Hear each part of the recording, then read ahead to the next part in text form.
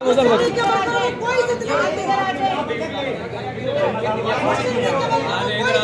दिए धक्के दिए 25 साल हो गए हैं मुस्लिम लीग नूर के लिए लड़ते मरते हुए, लेकिन ये सिर्फ ये क्या है कि 25 साल में इन्होंने ये कुछ किया। मिलने आए हैं तो अमजद भाई धक्के दिए। सोन मजीद साहब ने जो इनके अपने कैंडिडेट थे उनको बुला लिया, लेकिन हमें सिर्फ धक्के मिले हैं। हम वर्कर हैं मुस्लिम लीग नूर के, हमें सिर्फ धक्के मिले हैं और कुछ नहीं मिला हमें सिर्फ धक्के मिले। हम मुस्लिम लीग नूर के वर्कर हैं। सही गल है जी, सही गल है।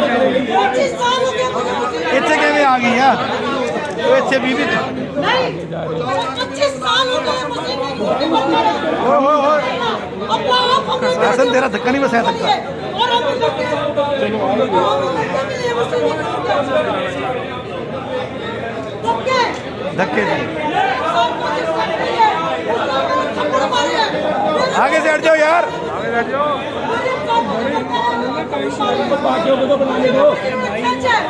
कैमरे रोक दिए। चन्नी बह वञो, चन्नी बह वञो।